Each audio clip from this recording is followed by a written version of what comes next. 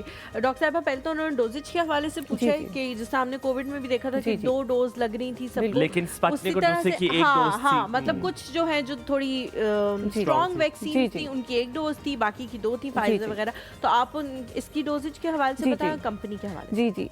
जी, ये जो वैक्सीन आई है पाकिस्तान में, ये चाइना की बनी हुई है और सिकोलिन के नाम से, and it is very very effective. और इसके मल्टीपल क्लिनिकल ट्रायल्स, और ये 2019 में सिंगल डोज, ये इनिशियली 2-3 डोजेस पे थी, लेकिन उसके बाद जो स्टडीज़ ट्रायल्स हुए उसमें पता चला कि इसकी तो सिंगल डोज भी बहुत इफ़ेक्टिव है। ठीक है। और ये हमने खासकर पाकिस्तान में हमने कहा कि हमें वही वैक्सीन चाहिए जो कि सिंगल हो, क्योंकि हम लोग दोबारा कन्विंस नहीं किया जा सकता। और दूसरी बात है, हम लोग इतने अपना ख्याल नहीं रखते, हम नहीं जाते ना डॉक्टर के पास, हमारी टर्जरी ऐसे हाँ, पता नहीं हमारी जीन्स में ऐसा है कि हमने जाना नहीं अपने लिए इसके वैक्सीन करा लें तो हम, और ये बड़ी इफ़ेक्टिव और सिंगल डोज है, 9 to 14 ईयर्स की है, और ये लाइफ लॉन्ग प्रोटेक्शन आपकी बच्ची को देती है। एक और चीज़ में 9 to 14 ईयर्स का जो हमारा ग्रुप है या हमारा ये कोहॉर्ट है, इसमें सिंगल डोज आप देंगे तो आपके लिए काफ़ी है, और आपकी इम्यूनिटी इतनी स्ट्रांग होगी कि आपको प्रोटेक्ट करेगी life long. But if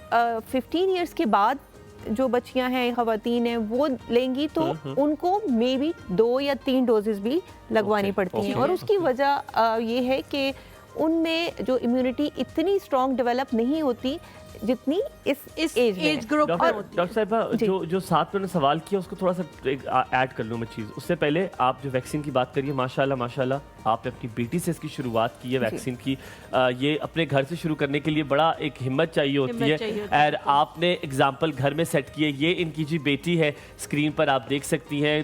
kudos to you doctor साहिबा।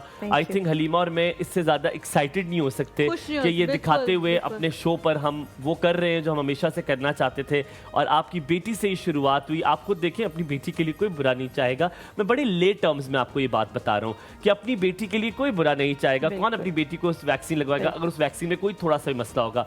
हमारे जितने इन्फ्लुएंसर्स हैं, जितने होस्ट हैं, उनको ये जिम्मेदारी अपने शोल्डर पर लेनी है।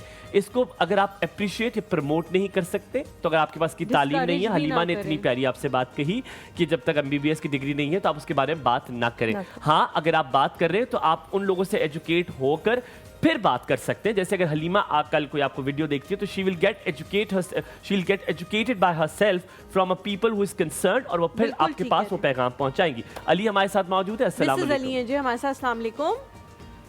जी वालेकुम सलाम, कैसी हैं आप? बिल्कुल ठीक, अल्हम्दुलिल्लाह। आप कैसी हैं? जी अल्लाह का शुक्र। मैं डॉक्टर साहिबा से ये पूछना चाह रही हूँ कि चले छोटी एज ग्रुप तो वो बता रहे हैं, अगर 40 इयर्स की खवातीन लगवाना चाह रही हैं, अच्छा, तो क्या ये उनके लिए भी अभी हॉस्पिटल्स में रावलपिंडी के अवेलेबल है? और सेकंड मेरा एक क्वेश्चन है कि अगर मुझे सर्विसाइटिस की प्रॉब्लम है, अच्छा, मैंने पैप स्मेयर अपना करवाया था 2-3 मंथ पहले, जिसमें कुछ डेंजरस चीज नहीं आई है, लाइट इन्फॉर्मेशन आती है, और ये मसला मुझे काफी अरसे से है, तकरीबन 8-10 ईयर्स से। ठीक है, तो ये भी इस साइड पे मतलब आगे जाके डेंजरस हो सकता है। अभी तो डॉक्टर्स कहती हैं क्योंकि पैप स्मेयर में कोई ऐसी नहीं चीज है तो ये डेंजरस नहीं है। इसके बारे में जरूर बताइए। मिसेस अली, अगर आप कॉल पे रुकती हैं तो आपसे डॉक्टर साहिबा शायद कोई बात करना चाहिए। Do you want to ask something? जी, ये चेंजेस का इन्होंने क्या बताया? आप उनसे बात कर सकती हैं, आपकी आवाज सुन रहे हैं। जी मिसेस अली, आप ये मुझे आप कह रही थी कि पैप स्मेयर नॉर्मल था। अगर पैप स्मेयर आपका ठीक आया है तो इसका मतलब आप नेक्स्ट 5 इयर्स में आप ये 3 या 4 इयर्स के बाद इसको रिपीट करवा लें। अदरवाइज सर्विकल कैंसर का कोई आपको यानी इस तरह के कोई रिस्क नहीं है, आप बिल्कुल ठीक हैं।